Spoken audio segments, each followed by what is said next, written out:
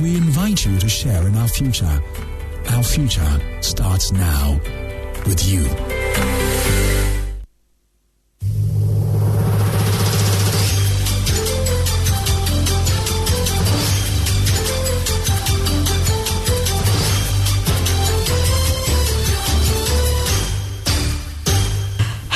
Live from digital address GA0993341. This is Joy News at 6 with me, Bernice Abubeidulansa.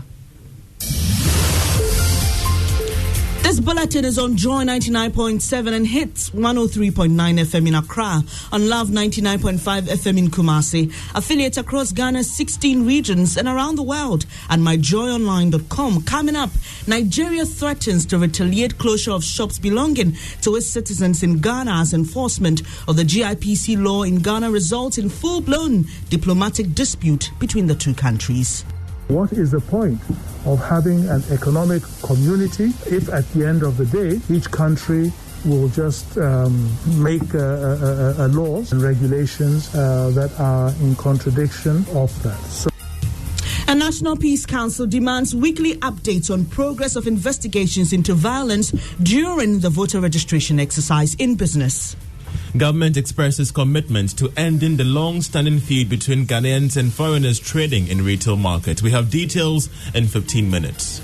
And later in the bulletin, we bring you the story of a 29-year-old aspiring to be a journalist despite going blind 4 years ago. I chose my major as special education and then my second area to be English language. So I think with the English language, I can one day become a news editor somewhere in Ghana to help my country. So we have details shortly. Thanks for your company. The details now. The Nigerian government says it is considering retaliatory measures following the closure of Nigerian-owned shops by authorities in Ghana. Nigeria's Foreign Affairs Minister Geoffrey Onyema said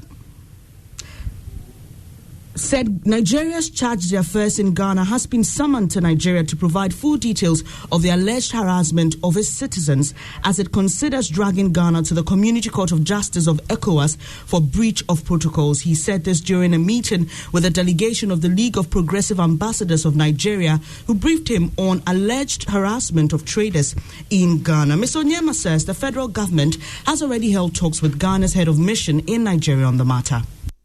We summoned the Ghanaian High Charge d'Affaires to discuss this matter, and assured us that the process has been suspended and put on hold, and pending discussions with all the parties concerned, including the Nigerians, so that everybody can be on the same page. Now, he's also questioning why Ghana continues to have a law which he says is in conflict with ECOWAS protocols. Same page. It is in conflict with the ECOWAS protocol provisions, as you yourself mentioned. So this is something that we are going to want looked into at this non-respect of the ECOWAS protocol. You know, what is the point of having an economic community if at the end of the day each country will just make laws and regulations that are in contradiction of that? So I think that is an issue that has to be addressed. Geoffrey Onyema is Nigeria's Foreign Affairs Minister. We stay in Africa, and the continent has stamped its seal to become a single market and a global competitor in trade following the commissioning of the Africa Continental Free Trade Area office here in Accra.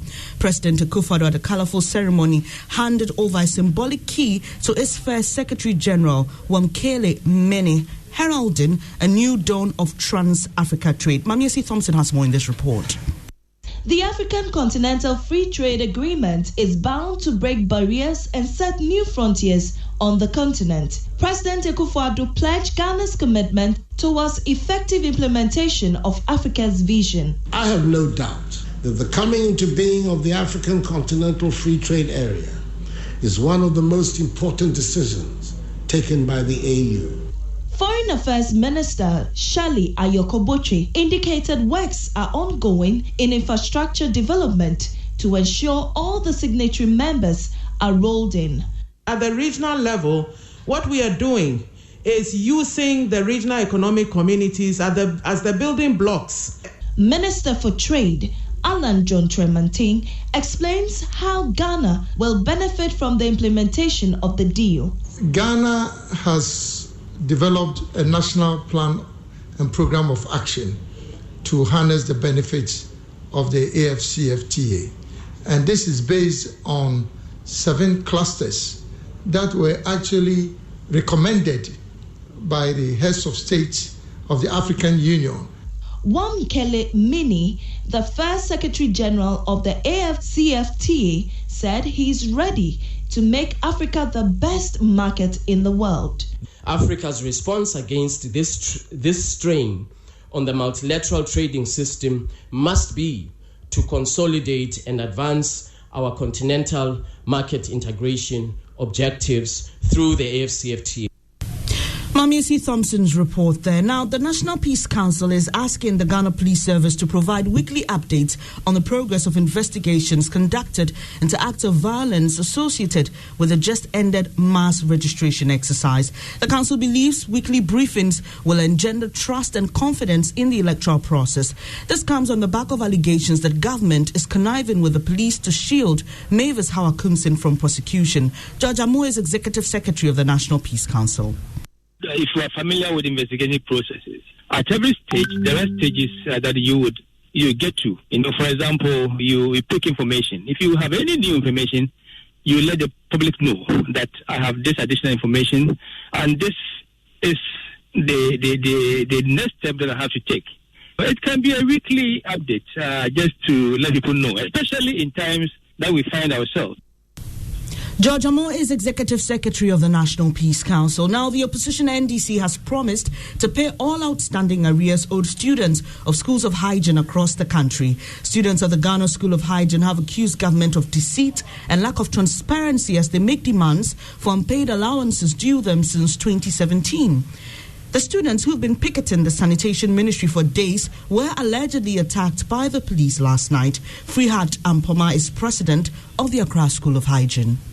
And even the police commander came to us and spoke to us that we can sleep there, but with no violence. So we understood as soon as the police commander left, in few minutes, we had a different force of police, about 5 cars.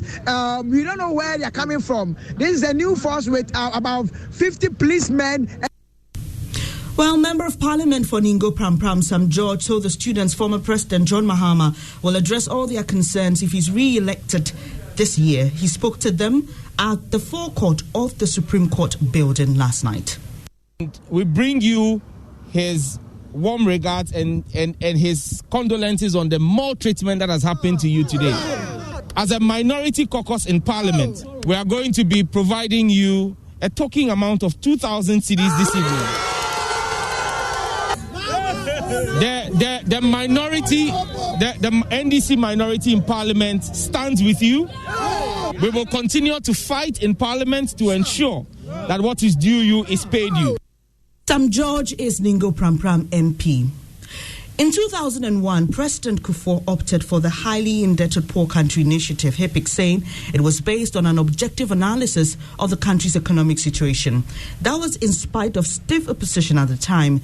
As we eulogize the leadership of President Kufuor on Joy News' Ghana's Grace documentary series, we hear former Chief of Staff Kojo Mpieni recount how resilient he was in his decision to go HIPIC.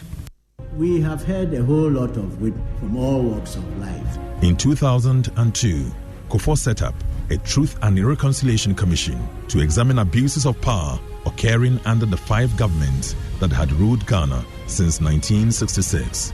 Ghana's economy was really struggling at the time, so Kufuor announced the Highly Indebted Poor Country Initiative.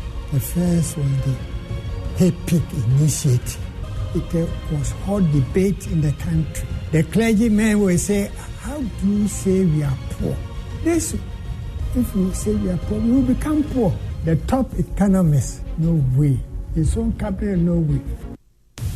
You have the excerpt of our latest